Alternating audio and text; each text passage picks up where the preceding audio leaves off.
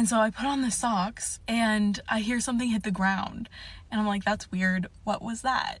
So I look and it's his nose ring. And he would like bring it up to try and get things. Like he thought that he could get free food and free stuff. And I'm also like, buddy, you don't have cancer anymore. Like you can't keep playing the cancer card. I think that we have all been on a weird date at some point. I found some funny stories that I want to react to, and hopefully it makes you feel like you're not alone. And later on, I will share some of my thoughts and experiences as well. Okay, this is the weirdest dating experience that I've ever had.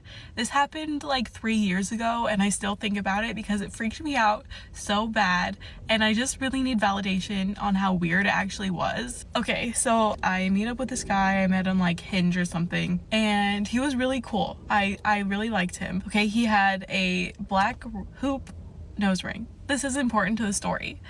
Okay, so we like meet at a bar, we have some drinks, I don't know. Anyway, we end up back at the apartment I was staying at and whatever, we hang out there for a little while. Everything was fine. I fall asleep, he leaves. The next day he's like, have you seen my nose ring anywhere? I can't find it. I was like, no, I haven't seen it, but I'll let you know if I come across it. Okay, so I was like sick the next few days. I did not leave my apartment. I did not change. Like I stayed in my same pajamas that I was wearing for like 3 or 4 days. Okay, I didn't do laundry.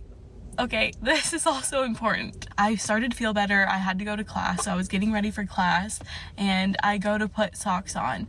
So I go into like my little closet thing. So it's like doors open like this and then there's a drawer. My socks were in the drawer. They were clean. They were like folded, you know how socks be folded. And so I put on the socks and I hear something hit the ground and I'm like, that's weird. What was that?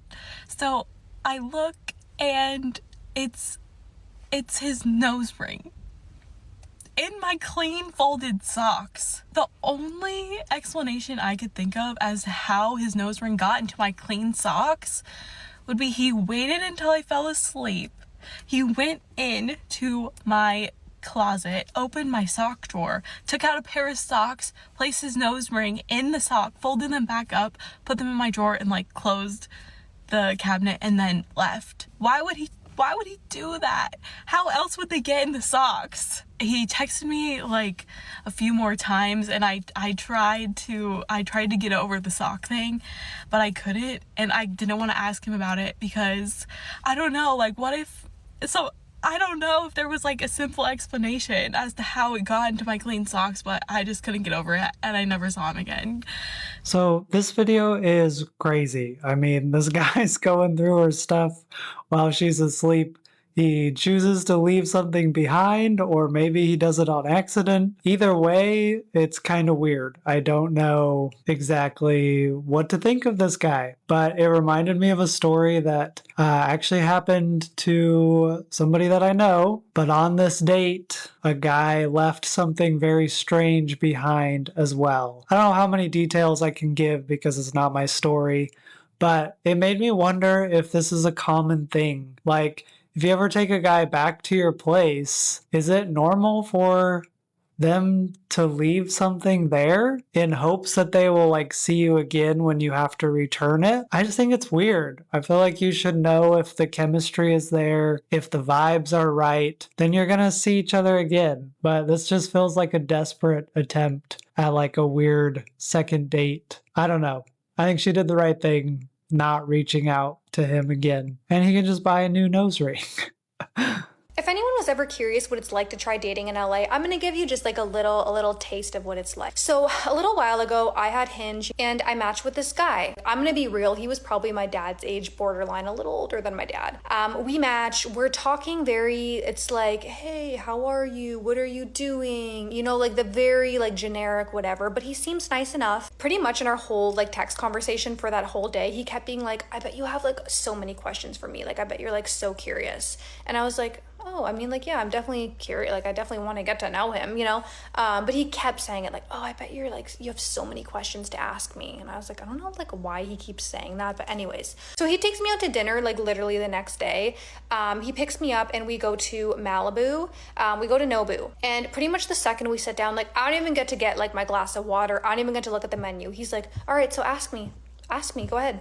And I'm like, ask you what? So to summarize the rest of her story, basically this guy was very famous. He was in a famous band. She knew the band but didn't recognize him. And then he just spent the rest of the date talking about himself. So this is not entirely the point of the story, but my takeaway or my frustration that I can relate to is just guys like always talking about themselves on a date. You are there to get to know each other. It should be a conversation. You should want to know things about them, and they should want to know things about you. There's like a natural give and take. And lately, I feel like a lot of guys will just use dates as like a personal therapy session. It's such a waste of time in my experience, because then like I just have to sit there and listen to them basically trauma dump for like an hour, sometimes 2 hours, and it's like, this is not attractive, this is not bonding. It's just like annoying that I took time out of my day and possibly spent money on you to just hear you like complain about your life. Like there's a balance, right? I very much relate to this girl, and it's very annoying to have multiple dates like that in a row. I went on a date with this guy. After the date, he sent me a list of things that I did that bothered him. At first, I was like, okay, whatever, I can take some constructive criticism. These were the weirdest things. Like, it bothered him that I didn't finish my puzzle that we did together. He's like, I got that puzzle for you and you didn't finish it. Also bothered him, I told him that I was a dancer all my life and I could do the splits, and he was like, oh, show me. And I was like, no, I'm not doing the splits. Bothered him that I didn't show him that I could do the splits.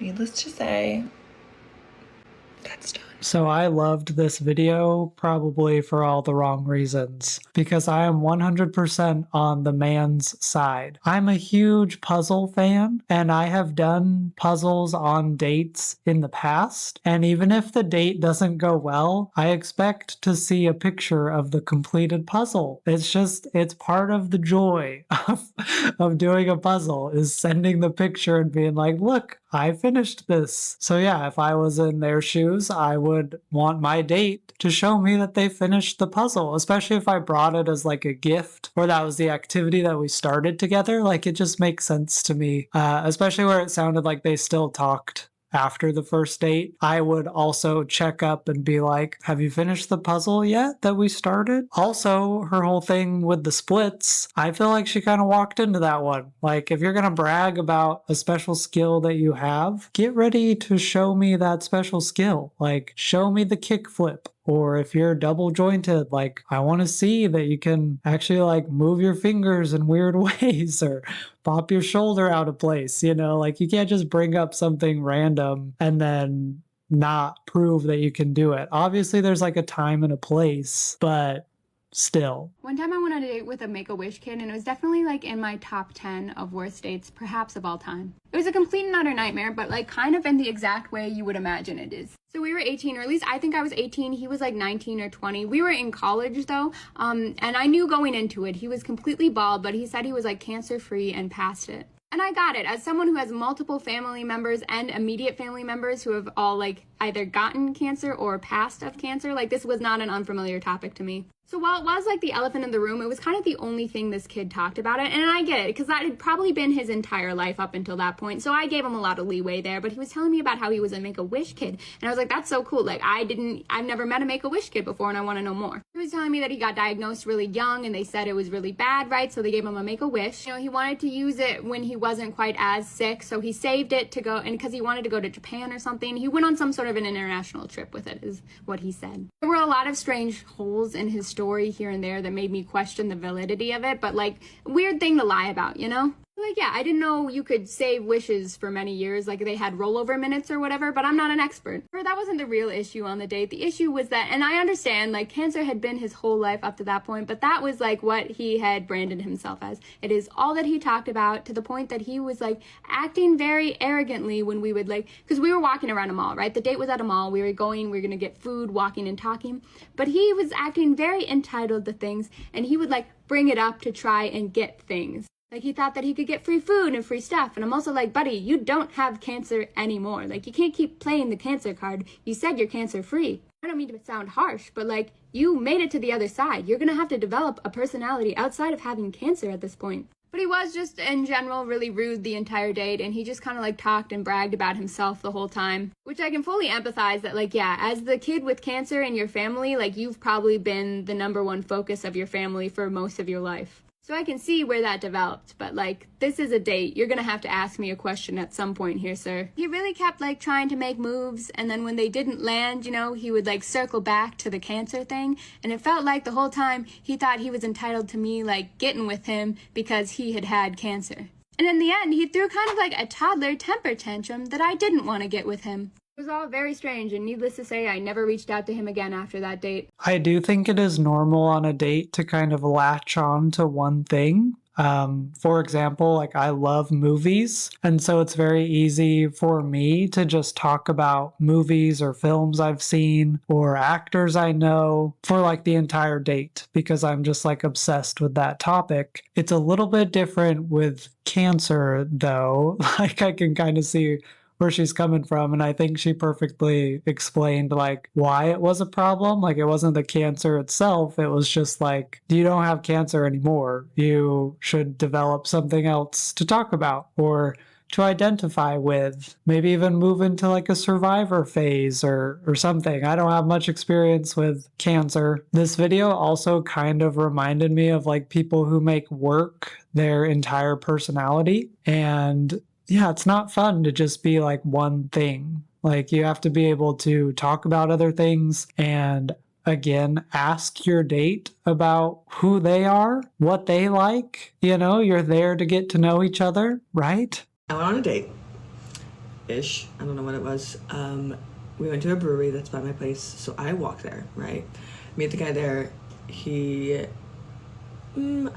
was pretty normal at first. Like, we're just talking, and he kind of was like looking around, which, you know, people get nervous. Maybe he was like looking around because he's not good with eye contact, whatever. So I just kind of ignored it. I'm a yapper. He was being really quiet. I can hold a conversation. That's fine. Fast forward, the brewery's closing, so like it's raining, and so he offers to drop me off at my house. He seemed pretty normal at this point, so I was just like, okay, yeah, that's fine. We get outside of my place, and he's like, oh, can I use your restroom? And I'm like, okay. I let him use my restroom. Big mistake. We're inside. He like goes to the bathroom, whatever. We're like in my house, and I'm like playing with the string with my cat, and he like just like sits down on my couch, and we're just, and I'm like, We start talking some more, and out of nowhere, he's like, you have a long nose.